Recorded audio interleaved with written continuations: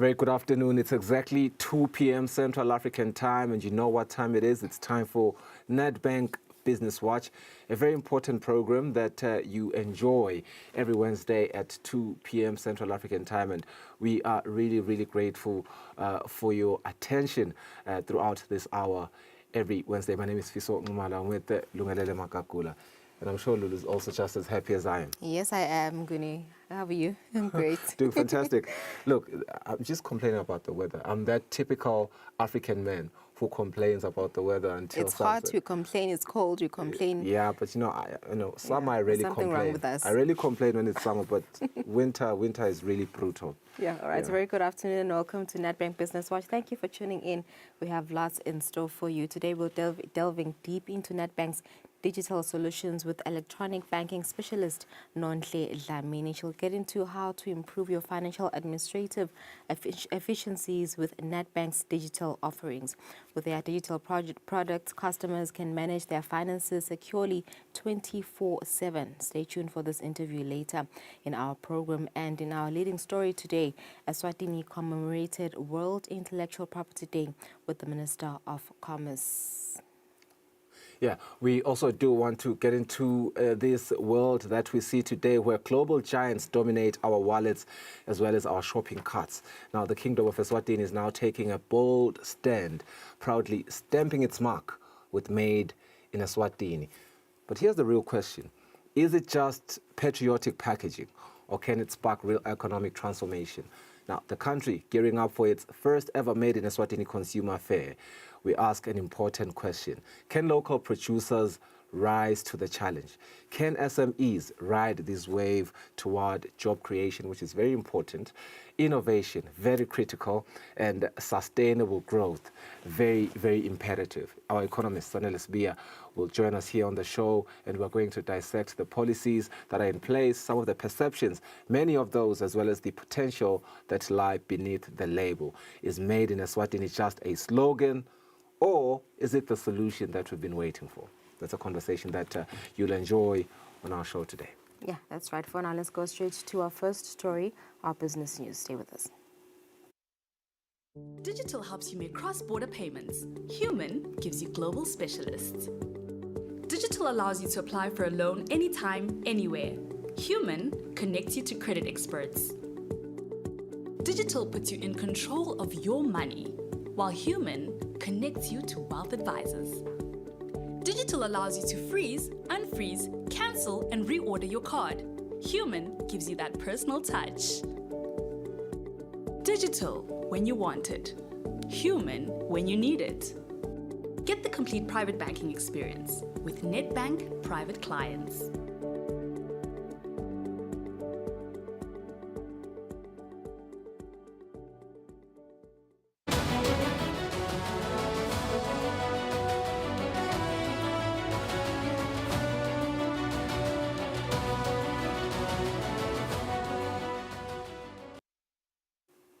It's 3 minutes after 2 p.m. We are off to a great start, and indeed, it feels like time is flying 3 minutes into the program.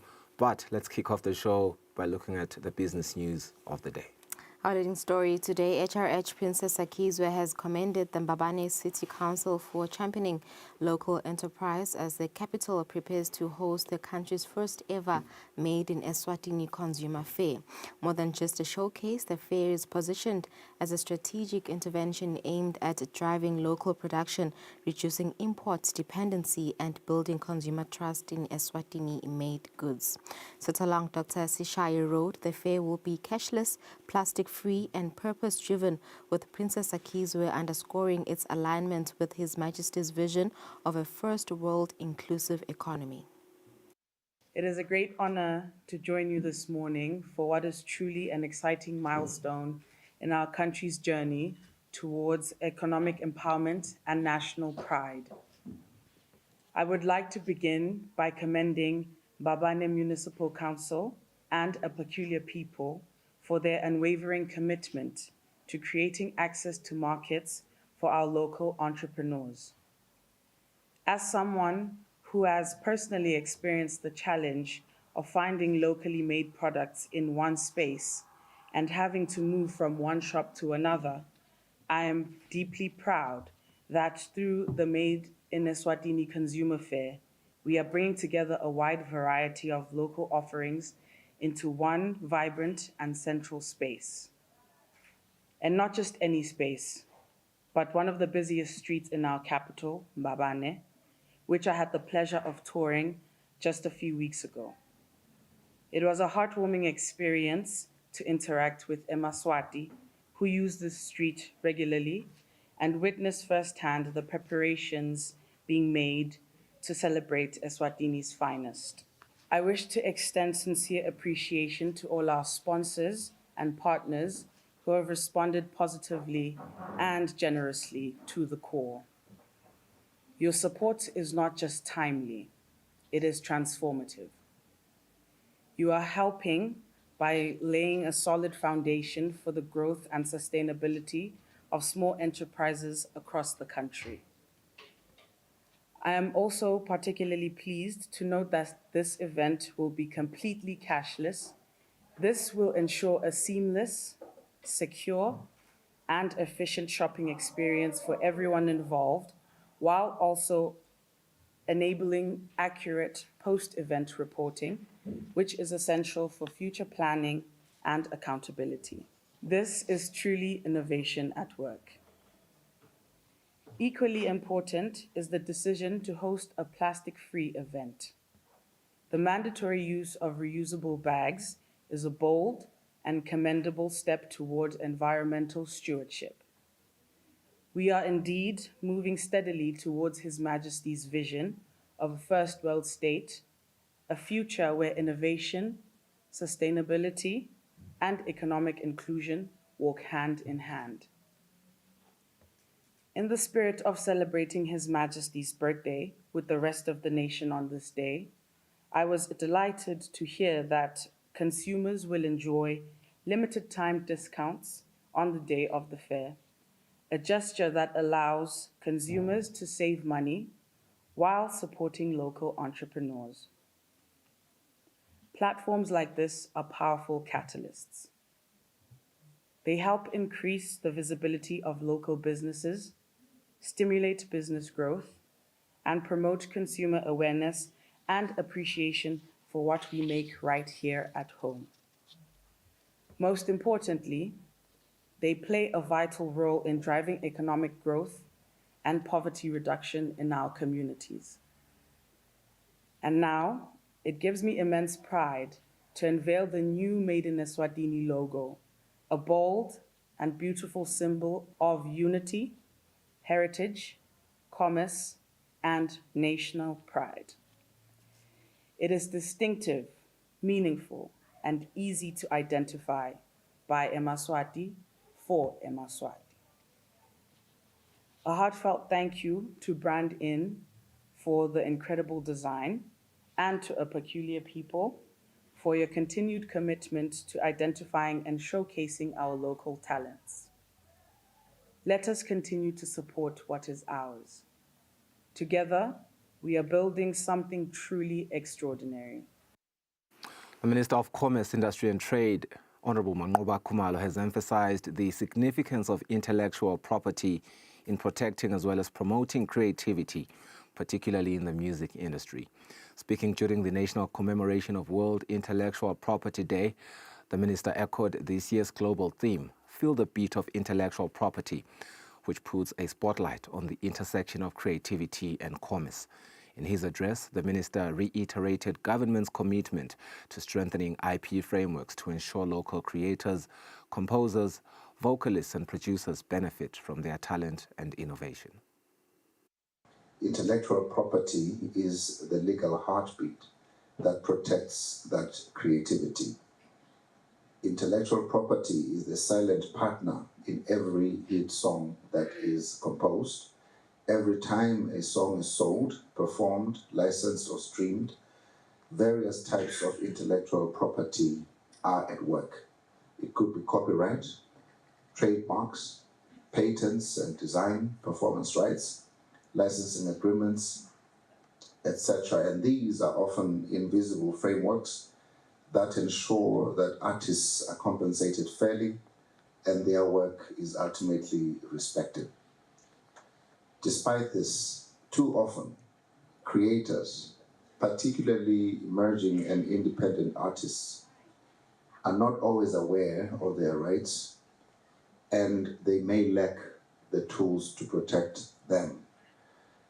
The theme of today's gathering, Feel the Beat of IP, is both timely and symbolic.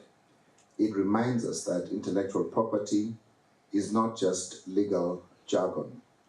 It is alive in every melody. It pulses through the rhythm of the music industry. When creators feel the beat of IP, they are empowered to own their art and assert ownership over their creations, build sustainable businesses and professional careers, which is a high priority for our two ministries. Our role as policymakers, our role as politicians, is to promote the awareness of IP as well as the rights associated with IP from the grassroots to the global stage. It is also to simplify the registration process, as was said eloquently by our MC here today, as well as simplify the administrative process to ensure enforcement mechanisms are accessible and fair and foster partnerships that uplift the creative sector. Indeed, His Majesty's government, as His Majesty's government, we endeavor to build an ecosystem where creativity is not only exploited but nurtured, where every artist knows that their sound and voice, their vision and their value are protected by the IP laws that we have as a country. Intellectual property is not just about protection, it is also about prosperity. It is an increasingly digital world. Intellectual property-based industries, especially music, drives job creation, it drives employment, it drives investment, it also drives innovation. When our artists thrive, our culture thrives. And when our culture thrives, our economy grows. To all the creatives, the artists, the producers, and visionaries present here today, and those that are present out there, you are the heartbeat of this nation's creative expression. Let us please continue to work together to ensure that this work that we have started is not only heard, but it is also protected, valued, and rewarded. Let today mark the start of a louder, stronger, and more empowered creative community, one that truly feels the beat of intellectual property. As we celebrate this very significant day, let us all remember that music and art are divine expressions that add to the beauty of the world around us. All right, and that's it for our business news. It's 13 minutes after 2. You're still watching NatBank Business Watch. Sandy Lesbia is in studio ready to tackle an important conversation made in Eswatini, a slogan or a solution after the break.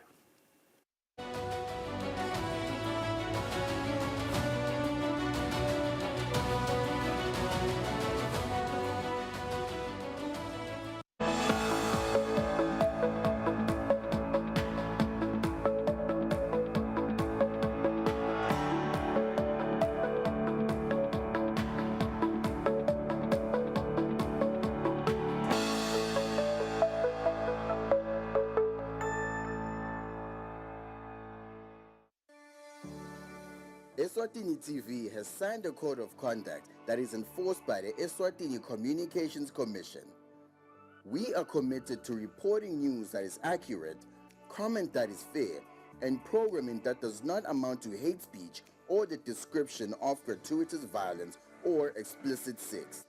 For any complaints of our programming, please contact us on 2411-9600 or email info@eswatinitv.co.za. You can also contact the Eswatini Communications Commission on 2406 7000 or write a letter to ECCOM on PO Box 7811 Mbabane. Email address is info@ecom.org.sz.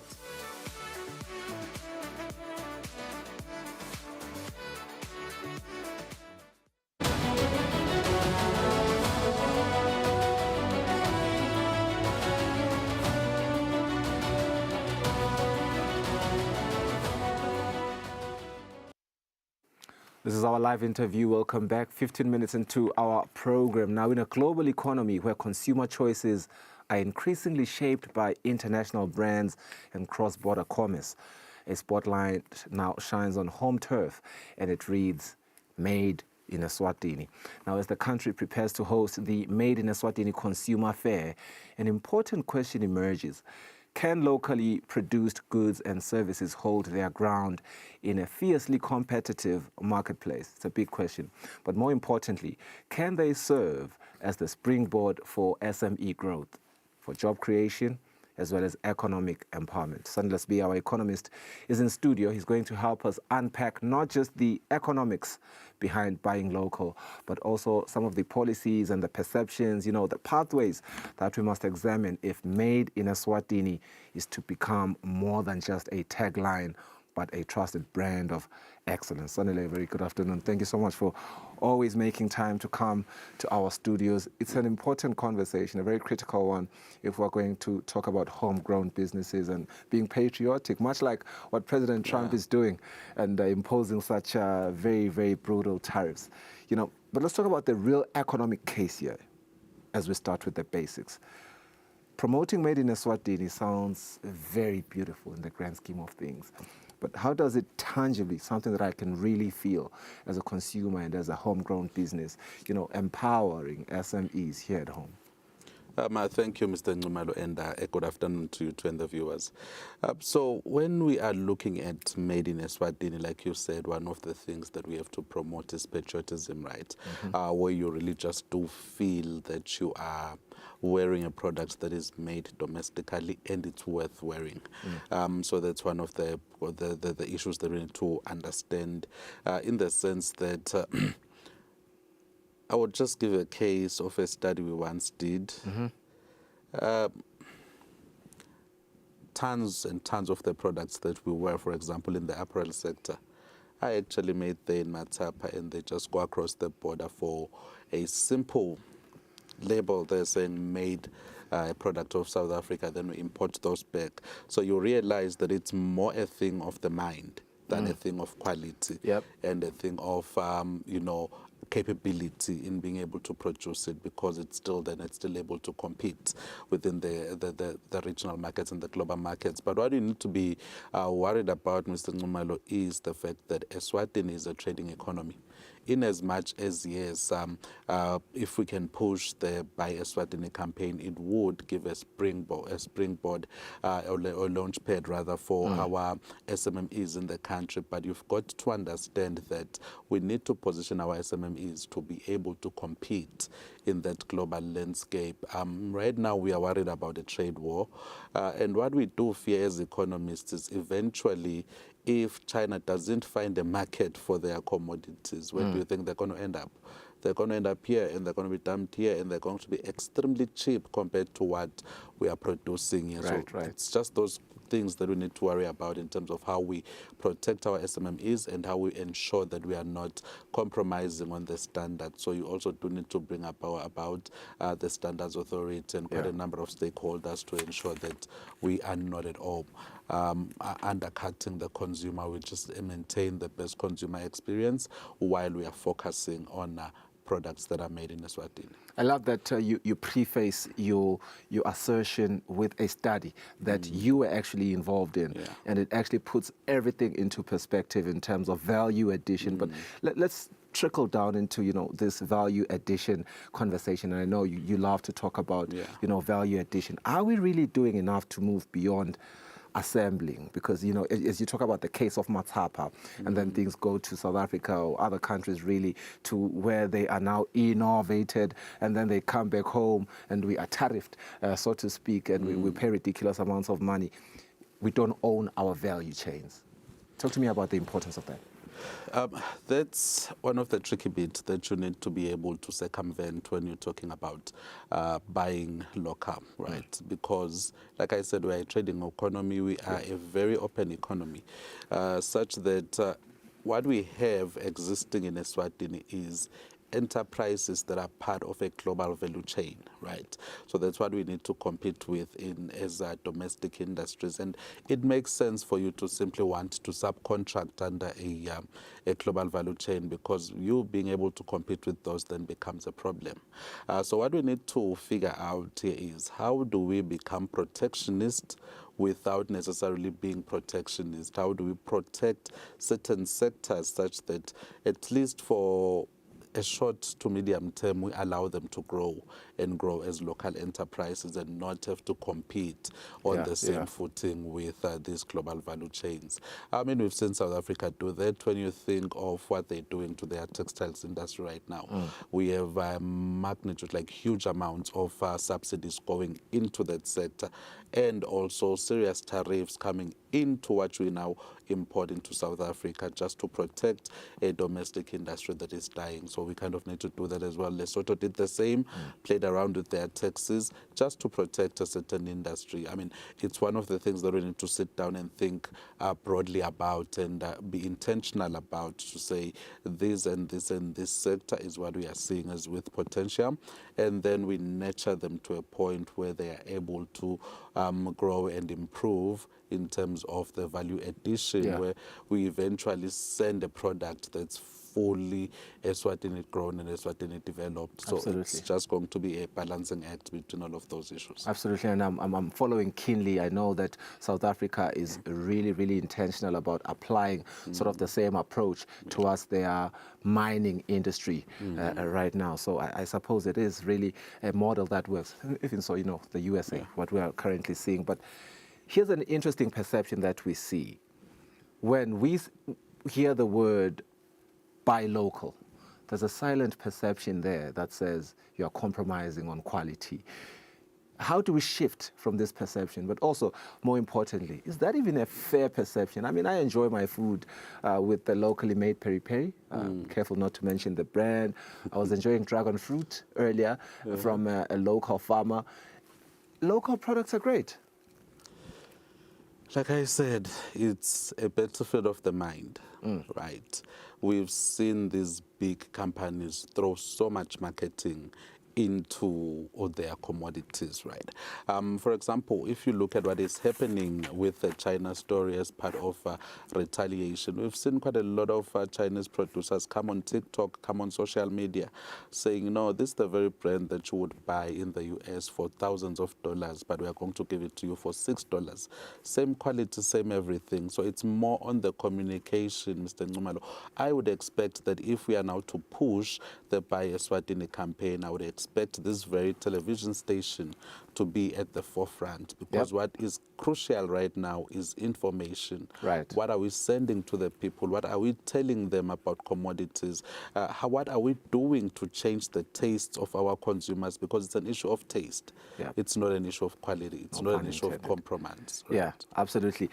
I really love what you are actually extending there when you say there has been so much marketing that we've seen from other, economies, for lack of a better term. You look at America, they have the America is great sort of perception or mindset. And then the patriotism that China has is second to none, that Asia has is second to none. And so I suppose that validates this made in Eswatini sort of consumer fare and this drive and the idea behind it in just making sure that we really push our own products and that we are proud of them. Beyond on-off events like the fair, let's talk about long-term structural policies, ones that are urgently needed to sustain as well as grow the local economy from the ground up. All right. Just one of the things that we need to do, Mr. Nxumalo, is information. Information is key. We need to dispel the myths that whatever is produced locally is not of the same standard with whatever it is that is produced globally. So we do expect a lot of information to go with this campaign. And then also we do expect, to have a serious diagnostic study. And I think the World Bank did that diagnostic study to understand what the bottlenecks are, and then we need to be able to deal with them. If our problem is with the supply side, let's fix our input market so that we produce a commodity that is able to compete even when we do open up the sector. I know part of the results of the diagnosis is the fiscal tools that we have. Are there procurement laws that favor, that are conducive, our tax incentives there in the first place to make sure that they, sort of give them some sort of motivation. There's a lot, some industrial strategies there. Yeah.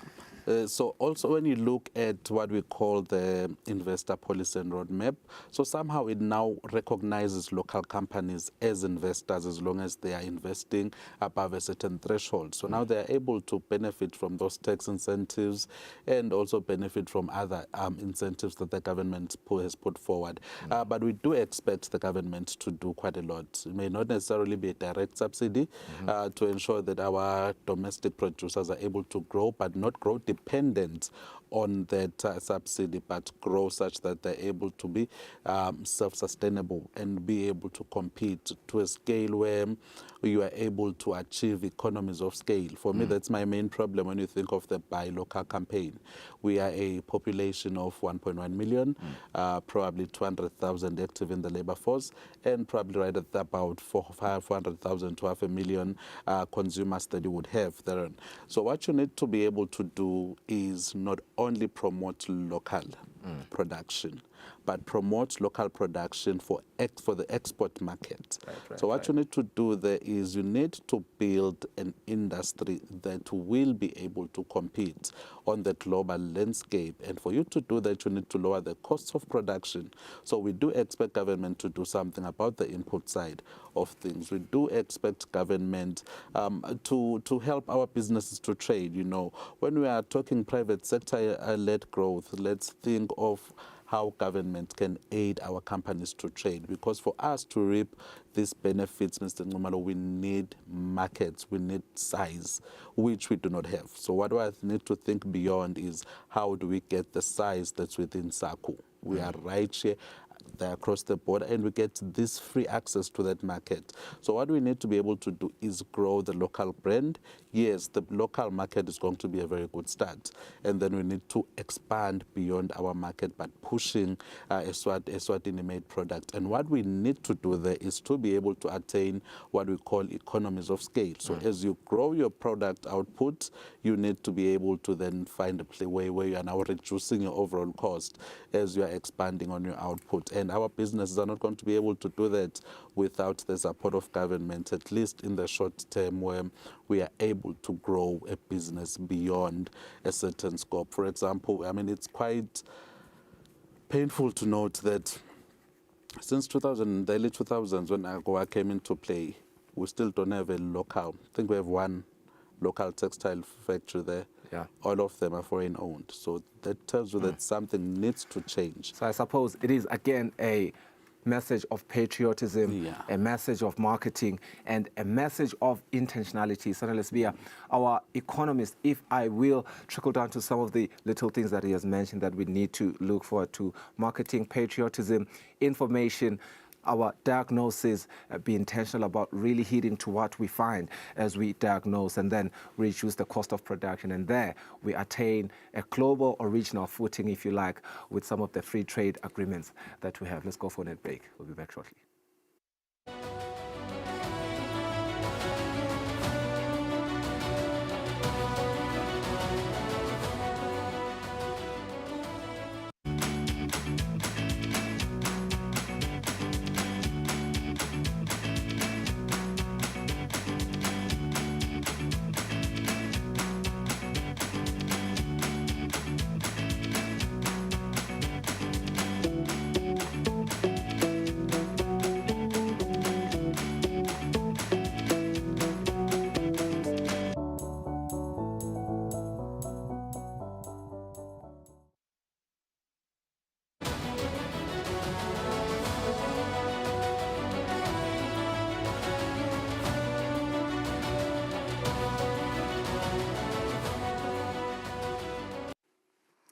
Welcome back. You're still watching Nedbank Business Watch this afternoon. Thank you for staying with us. Today we're back with another specialist from Nedbank Eswatini, Nonhle Dlamini. She's an electronic banking specialist at Nedbank Eswatini. We're talking about digital banking as we are in the digital era. So we want to know the benefits that come with digital banking with Nedbank Eswatini. Very good afternoon, Nonhle. Thank you for joining us.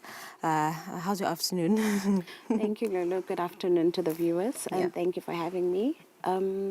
My afternoon has been quite hectic, but Yeah, it's cold. Yes, it's Yeah, all cold. right. So, advantages of internet banking, in a nutshell, is you bank at your own convenience. In fact, you literally have the bank in your hands at any time. You can be able to transact to a local bank, to a bank in South Africa, and also we are now able to do transactions. Like overseas transactions, like we call it FX online. You can pay to any bank in the world. Yeah, so you can do it either you're in the country or outside the country. You can do it as long with as you have your app, your phone, your computer with you. Yes, as long as you have internet access. Yes, you are able to make payments wherever in the world. All right. So let's talk about the platforms provided by the bank for clients. Let's just start with individuals. I know that there's different platforms for individuals and businesses as well. Yes. Let's start with platforms provided for individuals. We have the mobile banking, which it's a platform where individual users, personal with those personal accounts, are able to make payments to a mobile client, like make a payment to a mobile number, and also make a payment to a local and cross-border payments as well. So on this platform, you're also able to freeze and unfreeze your card. That is, if maybe your PIN has been compromised in any way, you're able to freeze your card, maybe unfreeze it later. Maybe if the card had been misplaced and then you later find it, you're able to then unfreeze the card, and you're also able to cancel it and reorder another one. Okay. And also you're able to adjust your limit, your ATM limit. There's a functionality that allows you to adjust your limit, dragging the total button to whatever limit that you want to transact at that time. Okay, there's no need to go to the bank anymore. You do everything on your phone. No need. No As need. easy as that. We call it self-service. So now there's, you can basically transact anything, school fees with your phone, just as long as you have internet access. Exactly. It's no longer limited services. So you can just do anything on the app. Okay. Yes. So for businesses, corporates, what platforms are provided? For business, we have the corporate online. Corporate online, they do their banking there, make payments to a local and a cross-border recipient, and they're also able to pay to a mobile number as well. They run their bulk salaries on the corporate online platform. We have clients that have a large number of maybe employees. They're able to run their salaries there, pay their suppliers on the platform. Yeah. Yes. Okay. So we still have customers that still want to go inside the bank to make deposits and withdrawals, be it large amounts or small amounts. I want us to get into the ATM depositing service that Nedbank provides. How common is it? Do your customers use it often? Do they now understand that it's the same whether you're inside the bank or outside the ATM depositing money? We are still trying to encourage them. We have those that still want to go inside the bank to make deposit because some feel it's safer inside. It's it's not safe outside at the ATM. But we try to take them through the process on how to make the deposits at the ATM. So it's a very easy process because you just need your account number, you need your ID number, and in fact the recipient's account number and the ID number, and then just have your notes ready to make the deposits. And also we've seen quite a large number of parents who have been using this service for paying school fees and and the like. Yeah. So there are no complications, like it's easy. No Is that, yeah. complications. It's very easy. So it's available for both businesses and individuals. Yes, it's available for both business and individuals. So Okay. yeah, you just reach out to any Nedbank branch, or we usually have those ATM close to our branches, but we have now. We have another ATM which has just been launched at Sipofaneni, if I'm not mistaken. Yes. Yes, I've noted that these ATM that deposit money are allocated where the branches are. Yes. So what happens if I deposit money, let's say on a weekend, on a Sunday, and there are complications, I need assistance, I need to get inside the bank. What happens then? Do I get assistance through calling your call center?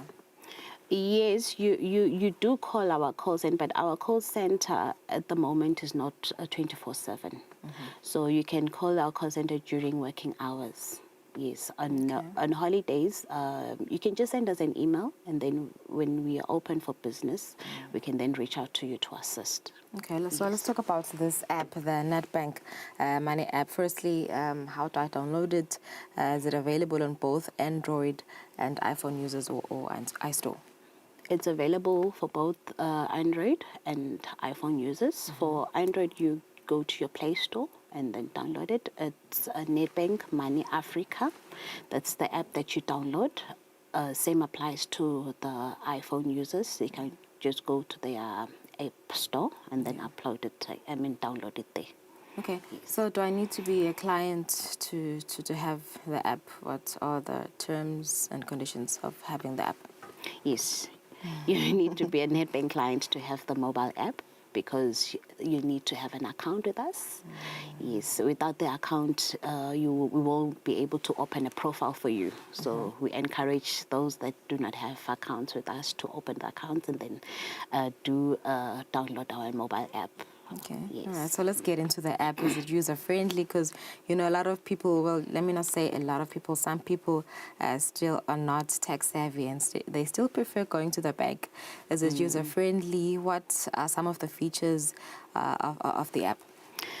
Absolutely, Lulu. It is user friendly. Once you've just landed on the dashboard page, you're just directed to all the functionalities that are there. For example, there's a single once-off payment, which we call it a single payment. You can just pay into your recipient's account, whether at FNB, whether at Standard Bank, a local bank. Also, we have features like making a payment to an international recipient. Okay. International recipient can be a recipient in South Africa or Lesotho or in Canada, wherever in the world. So you can just make a payment to that recipient. And also we have a functionality which we call a pay me request, where you can just remind your recipient, remind Lulu that, or remind Nontle that, Nontle, remember you owe me 500 malangeni. So please pay into this account. So once I receive that pay me request, Who does that? Who does the pay me request?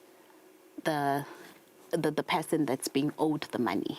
Yes. So okay. I sent you a payment request to say, Lulu, remember there's a 500 malangeni that's still outstanding. So please pay into this account. So what you do is just click on the pay. You don't need to then upload my account details. There's a pay button that you click. Then once you've clicked on the pay button, you can just confirm your payment and then submit the payment. Yes. So do all the features work without internet access, or some of the features need to be on internet? You don't need to be on internet. Where is it? Yes, you don't need to be on Okay. internet. It's zero airtime. Okay. Yes. All right. Zero airtime. So let's talk about statements. Do I receive monthly statements on my app? Can I download statements on this app?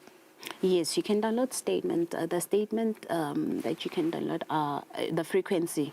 You can select your frequency to say, maybe I want a weekly statement, a daily statement, a monthly statement, or a yearly statement. It's up to you to select the frequency, and you receive that email to the email specified on that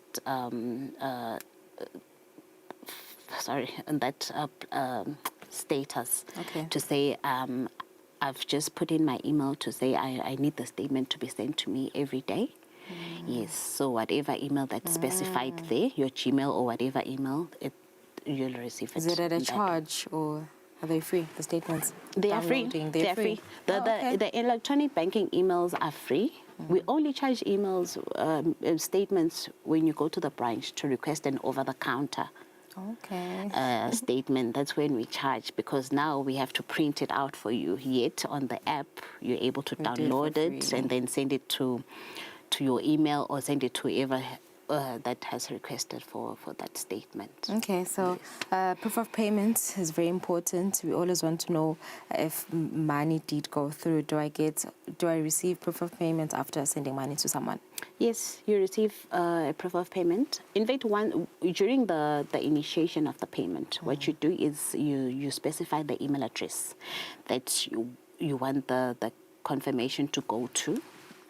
Let's say you're paying a supplier, you put in their email address, or you put in your email address so that you can receive that confirmation. Also, once the payment has been sent, you're able to, under your transaction activities, you're able to go to that transaction and just request for a payment confirmation. It's called a notification of payment. You can also put in great. your email address, and then it gets sent to your email. Okay, so Yes. how do I make stop orders, scheduled payments? Am I able to do that on the app? Of course, you are able to do that on the app. In fact, on all the channels, you're able to, which is our internet banking, our corporate online banking, and our mobile app, you're able to set up a standing instruction. Okay. Yes, once you've just completed during the payment initiation, you just put in the details of the recipient, and then there's an option where it says set up a recurring payment. So you can just put in the frequency. It can be a daily as well, a monthly or a weekly standing instruction. So it's up to you. It's up to you. So Yes. then what happens if I lose my card and I suspect foul play? Do I get assistance immediately if I call your call center or any other number placed on your contact details? We have a functionality on the app, a feature on the app where you can cancel your card, or we call it unfreeze your card. Okay. You can freeze your card, and maybe just look for your card, and maybe let's say you've misplaced it, you left it in the car, and later you find the card. You can then go back and unfreeze the card and use it again. But let's say you haven't found the card and you think maybe I left it somewhere public, so you can just maybe cancel the card and then reorder another card. All right. So Yes. going back to transactions, can I send money to a person or someone that doesn't have an account? Can I send to a mobile number instead using the app? Yes, you can send to a mobile number. It has to be an active Swazi number. Even though they don't have a NetBank account? Yes, even though they don't have a Okay. NetBank account, yes. All right. So just lastly, before I let you go, there's a lot of questions. Can I view my balances on loans and investments, ECC, and also do I need to have data each time I access the app? You don't need to have data on the app. It's zero at a time. You can view your balances, your loan balances, your investment balances. Once you've logged onto the app, you just land on your accounts dashboard. We call it an accounts dashboard, where it just lists the summary of your accounts under your profile. So you can just view all the balances there. They are all up to date. Okay, Yes. all right. No, I think that's clear with the loans and investments. Speaking of loans, can I apply for a loan on my app, or I need to go inside a NetBank branch? Yes, you can apply for a loan on the app.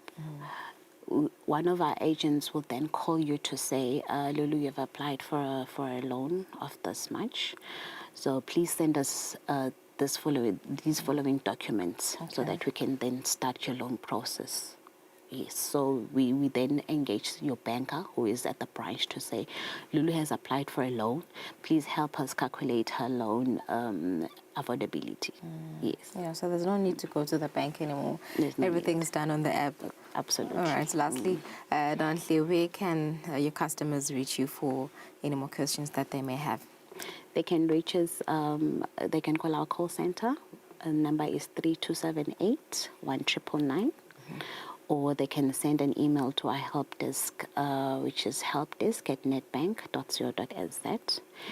We are also active on our platforms, social media platforms, which is Twitter, Facebook, and also LinkedIn. All right, thank you so much. Yes. Well, there you have it. Electronic banking specialist from Nedbank Eswatini, Nontle Dlamini, taking us through the benefits of banking with Nedbank Eswatini using their Nedbank app, the Money app. For more details, you can visit one of their branches countrywide or to contact them on their social media pages. Let's take a break. Sabia Konamanja.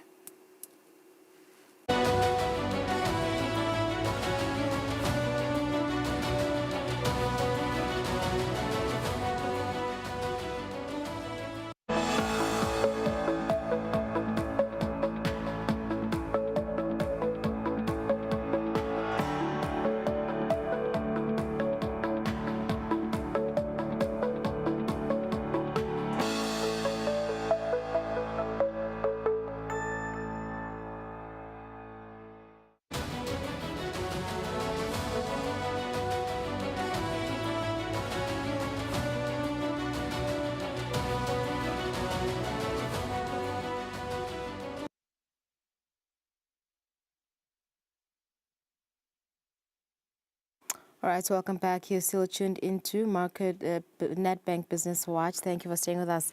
This is the final segment of today's program. We are taking a look at today's market analysis with Toba Kamese from Nedbank. Very good afternoon, Toba. Thank you for coming back today. What's happening in the markets today? Any update on the trade war between China and the U.S.?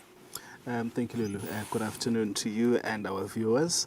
Today nothing new. The trade war is still continuing between the two biggest economies in the world. Last night, President Trump commissioned a probe into the critical minerals that the U.S. imports, likely to see what tariffs can be implemented. So it seems to be moving to a more product or sector-specific tariffs now. So we would get a report in 120 days, so in 3 months, rather 4 months in terms of that probe. But what is key there is that China supplies 30 of the 50 critical minerals that the U.S. is importing. So the trade war is definitely still continuing. The White House, President Trump did say issued a statement yesterday that they are open to talks with China, but China must make the first move. And China today has said that they are open to talking to the U.S., but they want respect and they want to nominate who they want to speak to. So it seems to be, a struggle of the two giants. No one is willing to put their, weapons down. Everyone is saying that I can talk to you, but if you want to fight, I'm ready to fight as well. Yeah. So where do you see this leading to? Just according to your knowledge and the trade. Yeah, it seems to be moving to, as I've said, to product specific, because as I've said that the U.S. has come out to say they want to look into their critical minerals that they are importing to see where it will head if they're hit.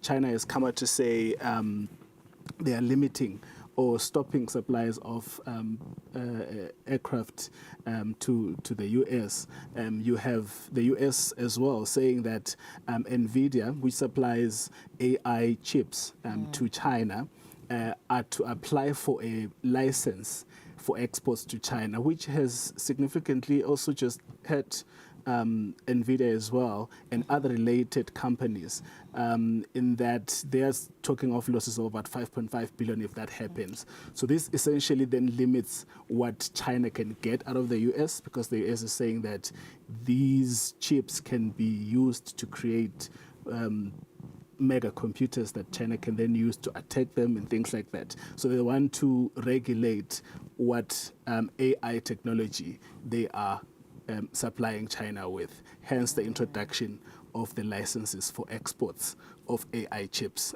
to China. So I'm saying that to sort of highlight that it's moving to product specific or to sectors more than just blanket tariffs. Yeah, speaking of tariffs, with the 90-day tariff pause, how are investors, manufacturers making sense of this 90-day pause? Yeah, so it has sort of given a bit of relief, but there's still uncertainty hanging over investors and businesses, because it is a pause. They're not being scraped away. So it means that in 90 days, we are likely to then see them being reintroduced or them being increased. So it sort of has left that bit of uncertainty in the different countries that are affected. Yeah, I can imagine. So let's take a look at how the markets are reacting today, starting off with, of course, currencies. What is happening today? All right, so we see the rand gaining a bit of strength today. As you can see, it's green against the US dollar, 18.8725. You'll recall that last week we are coming back from levels of about 19.8 at some point. Also gained a bit of strength against the pound, which is trading at 25.02. And slightly sluggish against the euro at 21.4366. So with regards to the rand, it is taking its cues from global sentiments. We did get business performance index this morning, as well as retail sales, which showed that slowed down or from compared to previous months, but it is still taking its cues from global sentiments. The pound, on the other hand, is a bit down today because of inflation numbers. So the UK released inflation numbers for March, which showed that inflation in the UK declined to 2.6% from 2.8. The market was expecting 2.7. So that sort of weakened the pound. But overall, it is a good outlook for the rand right now. Still, risk sentiments in South Africa, when you look at the domestic environment, points to the GNU. There's still that issue of the VAT agreement, or the budget, if I can put it like that, the budget alignment between the two big parties in the GNU, that is still not resolved. But that sentiment is sort of not heavily weighing on the rand. I would say it's just taking cues now from the global sentiments. Okay, so moving on to commodities today, I see that gold and oil is up today. What's led to this? All right, so definitely gold is up. These are record levels for gold. I know I keep coming here every week and saying these are record levels because they keep on being broken, those records. So gold is trading at 3,303.55 per ounce today. And crude oil at 68.02 per barrel, both up. Gold is due to it being a hedge in times of economic instability. So with the trade war, investors are then looking for more stable options for them to invest their money. Central banks, likewise, are also looking at putting their reserves in gold instead of riskier assets. So gold is winning in that regard. And then crude oil at 68.02 per barrel is up today. So we've seen the price of oil sort of go down over the last 2 weeks or a week, but it has sort of turned a bit today due to China released their first quarter GDP numbers this morning, which showed that the Chinese economy grew 5.4% against 5.1% in the same quarter last year. So this then gives the market an incline of hope that there's going to be more activity, and more activity means more demand for oil, especially in China, which is one of the biggest consumers of oil in the world. Okay, so I see the gold and oil is in the green zone today. Unfortunately, we can't say the same for equities today. What's happening in equities today? Right, so when we look at our equities, our equity index this afternoon, the S&P 500 is down, and the FTSE as well. The S&P 500 at 5,396.63. The biggest decline there was NVIDIA, which shared about 6% of its share price last night when President Trump, or when the US announced that they will be required to get licenses for their AI chip exports to China. So China is contributes about 13% of their sales. So that's a big market. I think it's about $18 billion. So that announcement then caused the market to sort of, sell off their shares, and the share price then went down 6% because NVIDIA announced that move is going to cost them about $5.5 billion as well. So it is part of the trade war. The FTSE, on the other hand, also down 0.36%, trading at 8,217.52 pounds. The biggest decline there was from Bunzl, a distribution company, one of the biggest distribution companies in the UK, which revised their forecast for the year, and resulting in a share of about 23% in their share price. You have got the JSE All Share up 0.91% due to gold prices being up and other natural resources. We know that South Africa is rich in those minerals and exports gold, platinum, and others. So if those are up, then it means the mining sector in South Africa is going to perform well. So hence that uptick in the JSE All Share. All right. Well, thank you so much, Toba. You've seen the numbers. That is how markets are reacting today, this afternoon, on a Wednesday afternoon. Thank you for tuning in. Stay with us. After the break, we wrap up the show with Sfiso.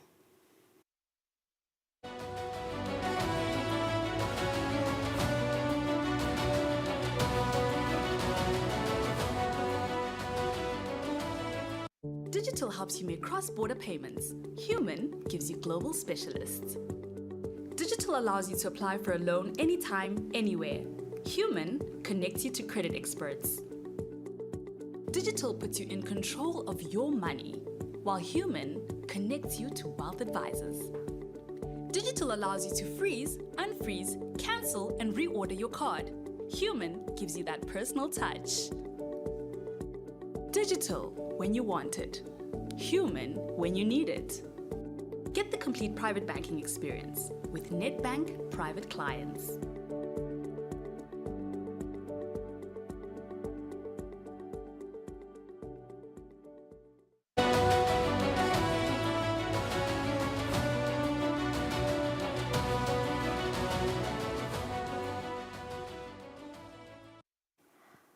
Just 2 minutes before 3 p.m. It has been a great show. We hope you enjoyed it, because we certainly did enjoy presenting it to you and for you. Yeah, all right. We'll see you next week, Wednesday at 2 p.m. You were watching Nedbank Business Watch. Do watch us on our YouTube page if you've just tuned in. Have a good day. Bye-bye. Make better money choices. Choose a bank that takes your money seriously. Business Watch was brought to you by Nedbank.